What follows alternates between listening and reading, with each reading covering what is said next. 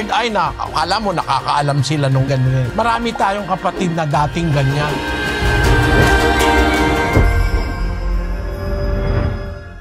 Yung mga nagsasabing meron silang third eye, kapatid, tanong mo yung mananalo sa sweepstakes o kaya sa loto.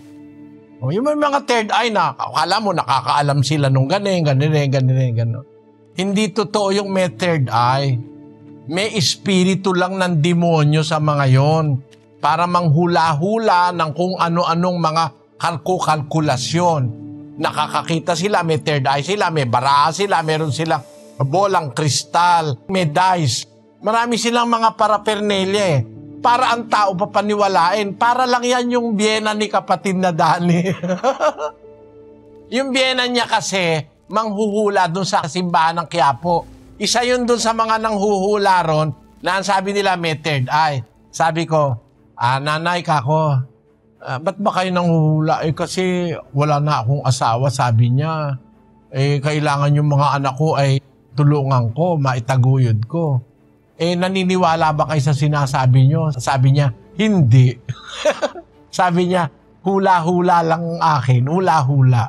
Para bayaran ako ng tao. Totoo yun, sinabi sa akin nung nanay ni Sis Baby yun. Hindi naman siya naniniwala sa sinasabi niya. Kaya lang, may mga tao raw talaga nagpapahula. At lalo na yung mga walang malay sa ganyan, nagbabayad 200, 300. Pag maganda hula mo, pag mayaman yung nahulaan mo, bibigyan ka 1,000 eh. Kaya malakas daw siya ang kita niya doon. Pero sabi niya, Brother Eli, pagdating ng araw, titigilan ko na rin ito. Ngayon yata tumigil na siya. Marami tayong kapatid na dating ganyan na nagke-claim, meron silang nakikita, may third eye sila, pero pahanga lang ng tao yan para hangaan lang. Pero ang totoo, kapatid, mga hula-hula lang yan, guessing game.